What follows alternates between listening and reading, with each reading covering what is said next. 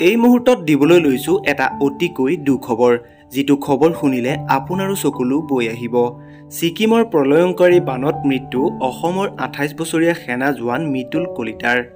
পৰিয়ালৰ লোকে নিউ জলপাইগুৰিৰ এটা মাৰ্গত চিনাক্ত কৰে মিতুল কলিতাৰ মৃতদেহ। উল্লেখ্য যে যোৱা ৪ অক্টোবৰত ছিকিমৰ প্ৰাকৃতিক দুৰ্যোগৰ সময়ত সন্ধানহীন হৈ আছিল মিতুল কলিতা নামৰ অসমৰ বাক্সা জিলাৰ শালবাৰী আনন্দ বজাৰৰ সেনা জোৱানজন।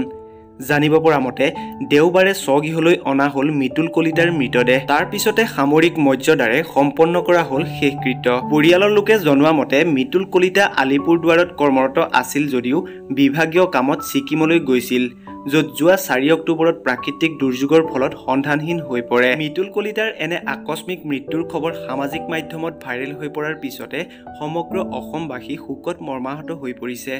সঁচাকৈ খবৰটো শুনি খুবেই দুখ লাগিল। শেষত ভগৱানৰ ওচৰত এটাই প্ৰাৰ্থনা কৰিছো, মিতুল কলিতাৰ বিদেহী আত্মাই যাতে চিৰশান্তি লাভ কৰে। এইখিনিতে কৈ থওঁ, এই চেনেলৰ খবৰসমূহ নিতৌ পাই থাকিবৰ বাবে যদিহে চেনেলটো এতিয়াও ছাবস্ক্ৰাইব কৰা নাই তেনেহ'লে প্লিজ চেনেলটো ছাবস্ক্ৰাইব কৰি কাষত থকা বেল আইকনটো প্ৰেছ কৰি ল'ব। ভিডিঅ'টো শেষলৈকে চোৱাৰ বাবে ধন্যবাদ।